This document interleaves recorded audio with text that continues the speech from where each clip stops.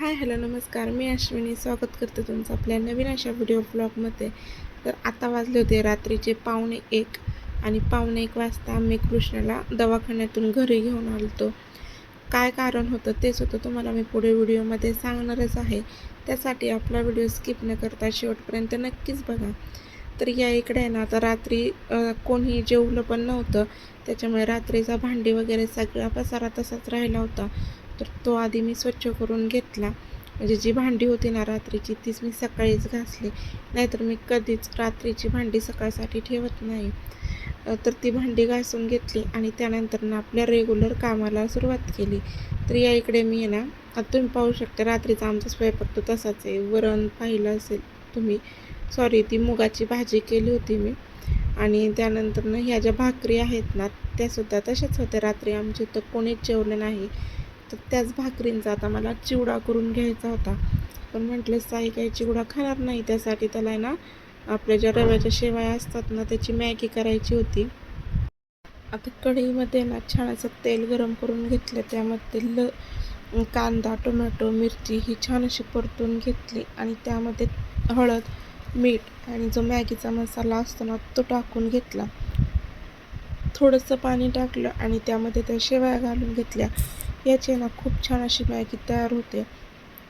लहान मुलांना बाहेरची मॅगी देण्यापेक्षा ना ही मॅगी म्हणजे अशा पद्धतीने तयार केलेली मॅगी खरंच खायलासुद्धा छान लागते.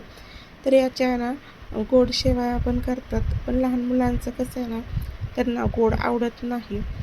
तर बघा तर आता ह्या शेवया त्या करून झाल्या होत्या. तुम्हाला मी पुढे कारण सांगणारच आहे की रात्रीतून आम्ही दवाखान्यात का गेलो होतो. पण असं म्हणतात ना संकट येतं ते सगळीकडूनच येतं. तर तसंच आमच्यासोबत पण काहीच झालं होतं. आता मी नाश्ता करत असतानाच आहे ना चहा पण ठेवला होता आणि त्यात झालं असं की गॅसच संपला. गॅस तर संपलाच होता, सोबतच आहे ना तुम्हाला पुढे दिसेलच तेलाचा डबा जो आहे ना तो सुद्धा म्हणजे त्यातलं पूर्ण तेल घालून तो पालथा केला होता. तर बघा अशा पद्धतीने आता संकटात सगळी सोबतच आलेली आहेत आणि दुसऱ्या दिवशी परत आम्हाला कृष्णाला हॉस्पिटलमध्ये घेऊन जायचं होतं. आता कारण सांगते की त्याने ना आदल्या दिवशी रात्री मुंग्यांचा जो खडू आहे ना तो चाटला होता का खाल्ला होता हे आम्हालाच कळलं नाही. कारण की मी तो खडू पाहिला ना त्यावेळेस त्याला थोडंसं ओलसरपणा लागलेला होता आणि त्याच्यानंतर ना त्याने 2-3 उलट्या केल्या. पण सगळे असे मोठे असल्यामुळे ते काय म्हटले की उलट्या केल्यामुळे तो खडू बाहेर पडला असेल. त्याच्यामुळे त्याला मग लगेच आम्ही दवाखान्यात नेलं नाही आणि मग रात्रीतून त्याला परत 8-9 वाजता त्रास व्हायला लागला ना. आता खेडेगावात कसं आहे जवळपास हॉस्पिटल नाही. आम्हाला जायचं म्हटलं तरी अर्ध्या तासाच्या अंतरावर हॉस्पिटलला जावं लागतं आणि तिथं नेल्यावर मग कसं तो लहान मुलांचा स्पेशालिस्ट नाही.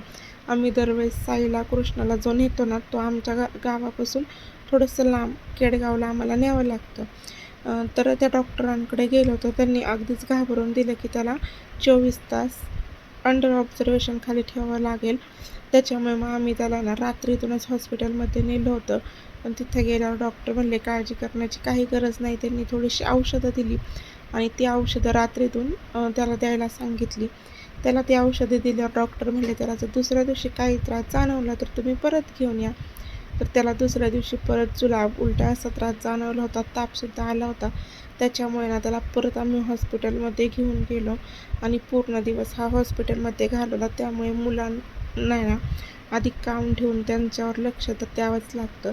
घरी येताना बघितलंच असेल तुम्ही मस्त असं वातावरण झालं होतं. तर आता आहे ना गॅस तर संपलाच होता.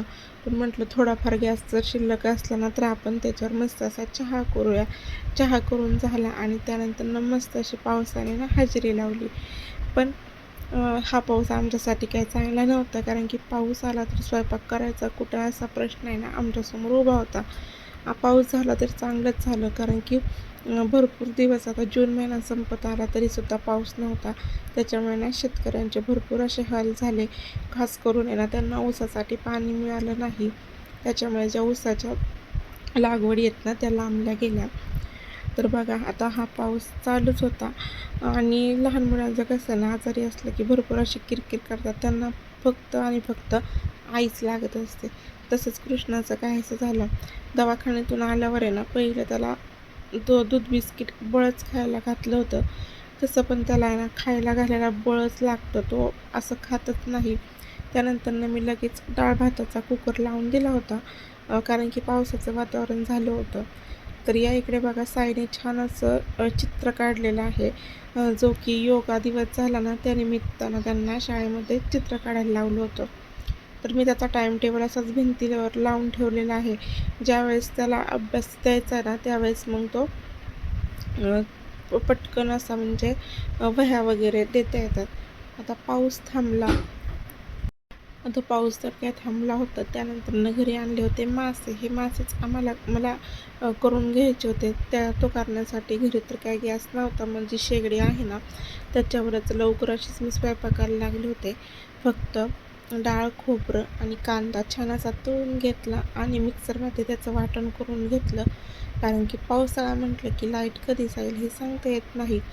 आणि त्यातल्या त्यात सगळं चुलीवर करायचं म्हटलं ना की मग सगळीच भांडी काळी वगैरे होतात. तर आता शेगडी चालू होती. त्या शेगडीवरच आहे ना कृष्णासाठी मी वरण पण करून घेतलं. म्हटलं त्याला जुलाब होत आहेत तर फक्त वरण भात चारावा, पण तो पण त्याने काय व्यवस्थित खाल्ला नाही. तर आता हे वरण होईपर्यंत ना मी वाटून घेणार आहे. आता बरेच जण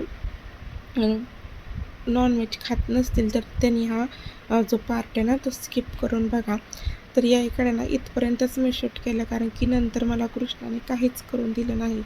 आता इथून पुढचा सगळा स्वयंपाक जो आहे ना तो सासूबाईंनी केला. तर बघा अशा पद्धतीने आजचा छोटासा व्हिडिओ होता. आवडला असल्यास नक्कीच लाईक, शेअर आणि सबस्क्राईब करा आणि आपल्या मुलांची काळजी घ्या.